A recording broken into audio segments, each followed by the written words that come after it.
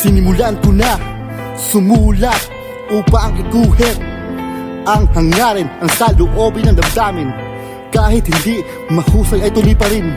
Kahit kutsain, ito hindi naglago pang iangat ang aking naisin at usin lahat ng pagbabag sa yungib ng aking damdamin. Handa nang suungin, nagunay ang musikang instrumento, hindi mapipigil, parang ihip ng hangin. Dibusyon ng pagkakaisa, ang nais ipabati, taglay ang anting-anting, tangan ng panata at tiwala, alipat at sulat ng makata, tatak sa mandirigma, adikain ang kamalan ng wika.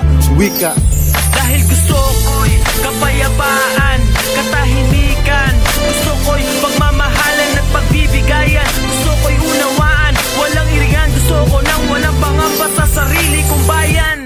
Dahil gusto ko'y kapayapaan, katahimikan, gusto ko'y pagmamahalan at pagbibigayan, gusto ko'y unawaan, walang iringan, gusto ko nang walang pangamba sa sarili kong bayan.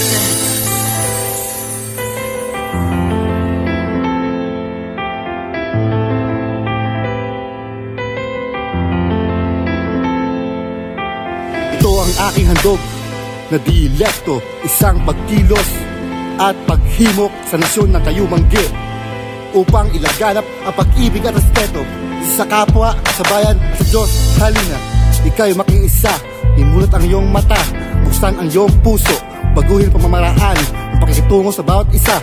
Huwag ipagkait pagmamahal, maghandog ng tulong sa manangangailangan. Maging bahagi tayo na kailang kabiguan at tagumpay. Halika aking kaibigan, abutin ang aking kamay. Ang puso ko'y narito, sa iyo'y naghihintay. Dahil gusto ko'y kapayapaan, katahimikan, gusto ko'y pagmamahalan at pagbibigayan, gusto